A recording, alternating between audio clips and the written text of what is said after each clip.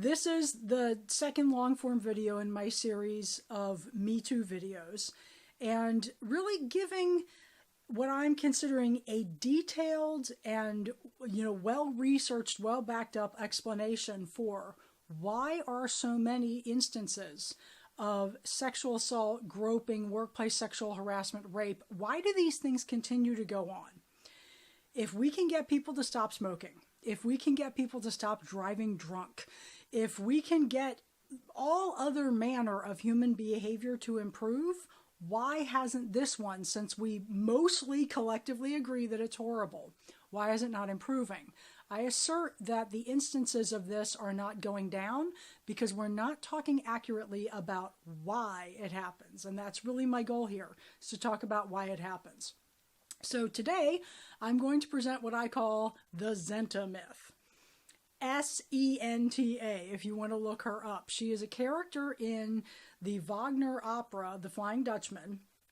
And the way this goes in the storyline is the Dutchman has been banished for all of eternity.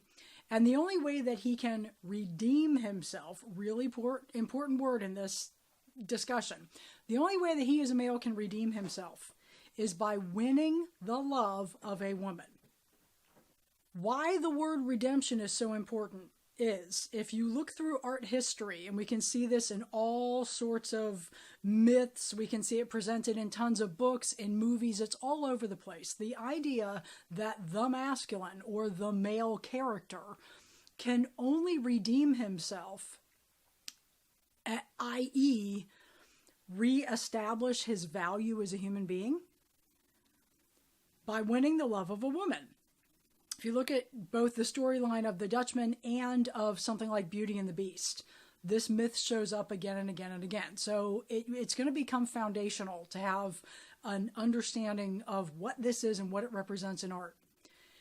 The way this goes is, if the male can only win his redemption by winning the love of a woman, it essentially reverts back to something that's unsaid, but is crucial in holding this myth together.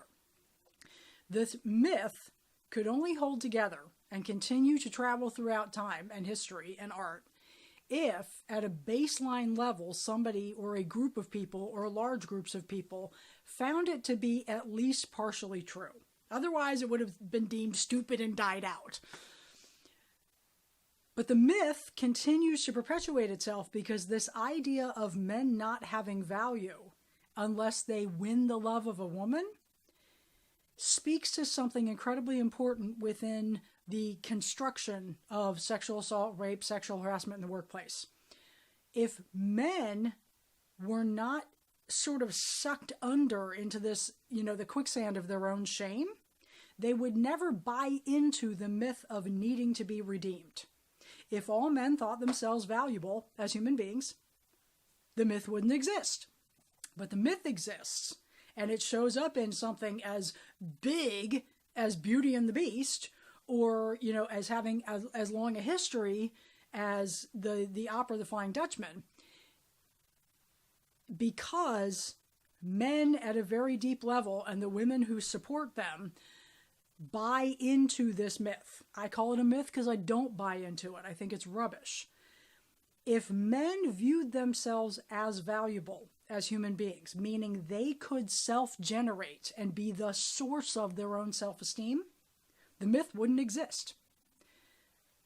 But there's a large group of men who do not hold themselves as being valuable as human beings.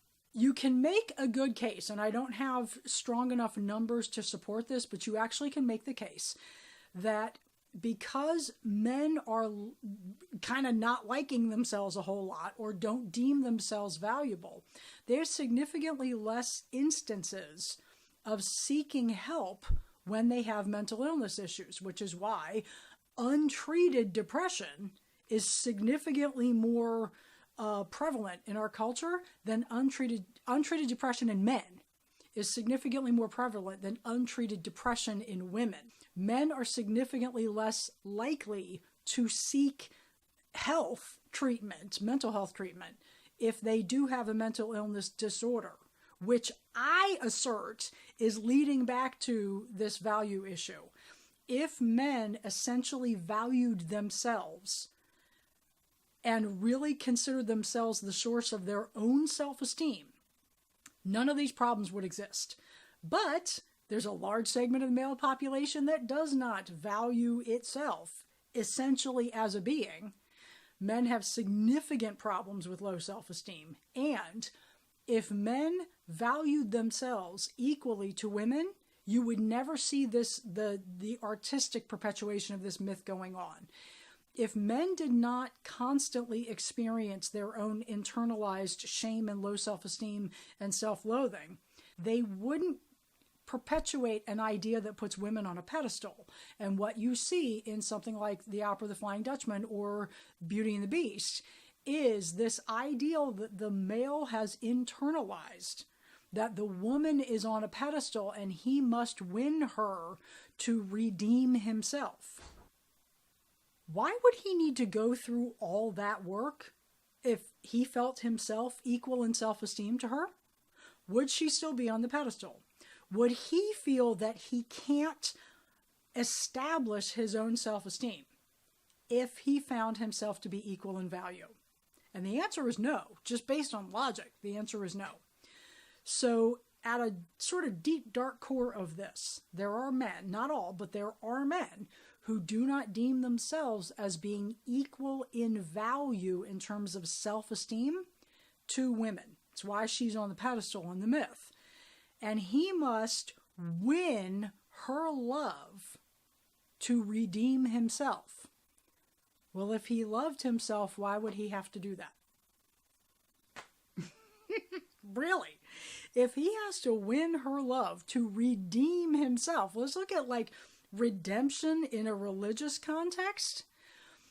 If you can be the supply of your own self-esteem, if you can be the source of your own emotional nurturance, you don't need to go to an outside source. That's why so many people will self-report that when they work on self-esteem and personal boundaries, they will leave their religion of origin. Or they'll kind of socially participate in it, but not really buy into the doctrine anymore. It's a really well-established set of circumstances. If people can self-source their emotional wellness, their self-esteem, hold up and bolster their own personal boundaries and love themselves, they aren't reliant on an outside source.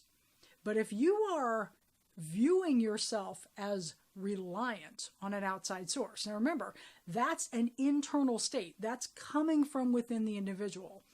If a male is viewing himself as irredeemable in his own state of beingness, he becomes reliant on an outside source. For what? Beingness. Which is why in so many of these artistic ventures, what you see is this storyline of the male needing to win the woman's love. Because when he wins her love, it then shows back to himself that he essentially has value. Now, without her, he has no value because it doesn't fix anything. The codependence of it doesn't go away. But at least what it says is if you win her love, it mirrors back to you internally that you have beingness worthy of existence. So think about that for a moment. In order to have beingness worthy of existence, you have to have enough self-esteem and enough self-love to get above the shame that is the floor beneath that. If you don't have enough self-love, if you can't generate internally your own self-esteem, you are reliant, you are completely dependent on another being to justify your existence. That is a whopper of an existential crisis. And that does explain why so many sexual assaults, such a problem with workplace sexual harassment, so many rapes go on and the numbers aren't going down in a really substantive way. If we're going to eliminate this problem, and that's what I'm a stand for, that's what this video series is about. If we are going to eliminate this problem, we have to talk about masculine shame, masculine self-esteem, and the problems of low self-esteem. We have to talk about masculine self-loathing, but most importantly, we have to stop buying into the myth that says a man redeems himself and becomes worthy and has internalized spiritual value by winning the love of a woman. What you see amongst top-tier men who have mastered their self-esteem, who have mastered their masculinity, who own their masculinity without it owning them, those men have gone internal and mastered the shame and all of these issues such that they can cause their own self-esteem healthfully internally. And they are not dependent on the women around them to source their beingness. For men who have viewed themselves, because I'm not going to say they can't do it. That's a cop-out. I don't believe that. For men who currently believe of themselves that they are not able to do that, they will exist in constant shame. They will constantly mirror back to themselves their own self-loathing. And they will view women as needing to emotionally source them. That is critical to look at in terms of sexual assault, sexual harassment, and rape. Because if men constantly need nurturance from women, they are going to justify behaviors that will extract from women that nurturance.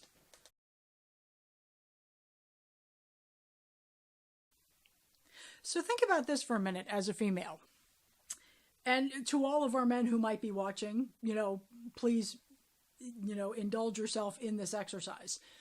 If you as a being don't consider yourself capable of sourcing your own emotional wellness, in order to survive, just as an existential matter, for your own survival, what do you automatically have to do?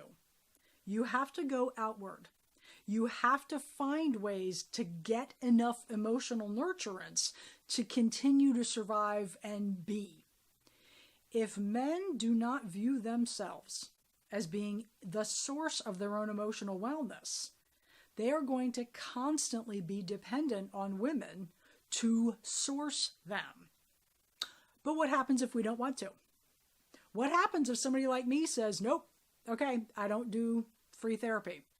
I don't constantly hand out a pound of flesh out of my hide so that you can feel good about yourself. What happens if women have better things to do? What happens if the woman is in a workplace and is trying to produce, a bottom line result for her business, and yet is surrounded by men who have decided internally that they are owed constant emotional nurturance? Something to think about. Start to explain what's going on. So, in our next video, what we will be getting into is the idea I raised of language patterns, that we're going to start to look at what are the ways that this Senta myth is being held up by the way we speak about it.